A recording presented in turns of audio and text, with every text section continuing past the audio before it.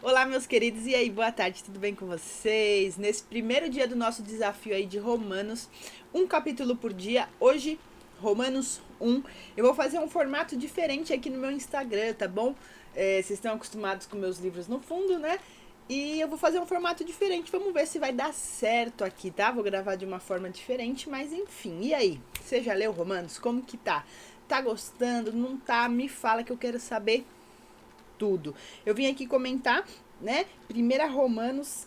E o que acontece aqui em Primeira Romanos, né? No comecinho ali, Paulo se apresenta, né? Ele faz ali as saudações, né? Falando Paulo, servo de Cristo e tudo mais. Ele fala do Evangelho, fala de Jesus.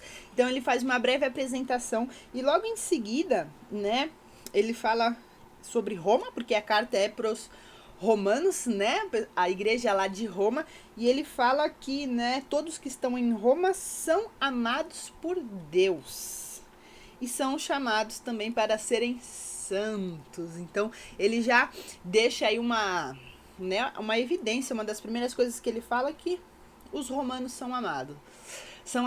Então, isso é algo muito interessante que me chamou a atenção. Algo também que me chamou a atenção é que ele começa agradecendo, a partir do versículo 8 aí, ele fala, né, que ele é grato a Deus, né, ele é grato a Jesus por ele estar anunciando, falando sobre Jesus, sobre o Evangelho, sobre Deus. Então, isso é algo para a gente se pensar também, a gratidão. Paulo estava escrevendo uma carta com muita gratidão no coração, e isso é muito importante, né, ele se apresentou, falou quem que ele era. Ele falou que as pessoas que estavam lendo a carta ali eram amadas, ele agradeceu a Deus, ele tinha uma gratidão no seu coração muito grande em servir. E fala também que os romanos estão na oração deles, né? Na oração dele. E isso é algo muito bom, muito interessante. E aí ele vai, né, falando para fortalecer, né, a questão ali de fortalecer a igreja.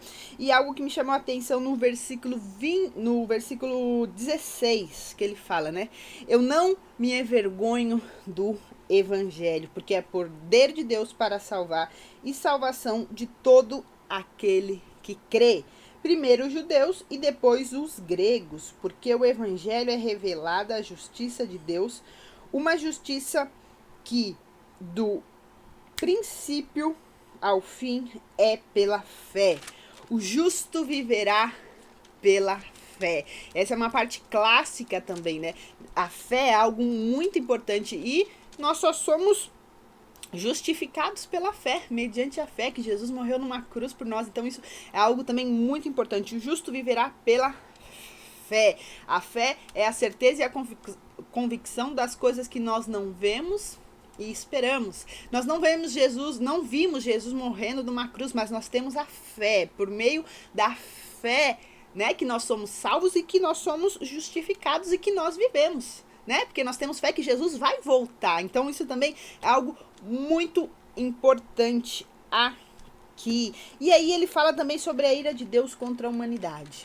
Isso é algo, né, a se pensar aqui, né? Ele falou no 25 aqui: trocam a verdade de Deus pela mentira e adoram e sirvam as coisas a serem criados em lugar do Criador, né? E ele vai falando aqui várias situações. Eu acho que assim, de uma forma geral, o que nós precisamos entender é o seguinte, gente. Paulo está dizendo que ele precisa pregar o evangelho, né? Ele precisa falar, ele é devedor, né? Jesus morreu numa cruz, Jesus perdoou ele, e ele não pode ficar calado, ele não pode ficar guardando para ele mesmo, ele tem que falar isso aí para outras pessoas. Então isso é muito interessante, ele não pode guardar para ele. Por quê? Porque o evangelho é a única coisa que salva, né? Salvar do quê? Do pecado, de nós mesmos, do nosso egoísmo, né? E ele fala, eu não me envergonho do evangelho, eu não tô preocupado com o que as pessoas vão achar, porque o evangelho é poder para salvar, não existe nada que pode salvar se não for o evangelho de Jesus Cristo, né? E salvar dos nossos pecados, enfim, do mundo, de tantas outras coisas, do nosso egoísmo, né? Como ele falou aqui, que os homens às vezes amam todas as coisas, amam mais tudo do que a Deus, amam sua família, amam tudo mais do que a Deus, mas a palavra diz que nós temos que amar a Deus primeiro, sobre todas as coisas. Então, esse foi o nosso mini resumo aí, meu comentário de um formato diferente. Vamos ver se vai dar certo, tá bom? Me fala aí qual foi o versículo que você mais gostou. Vou postar um lá no meu feed, tá? Um beijo!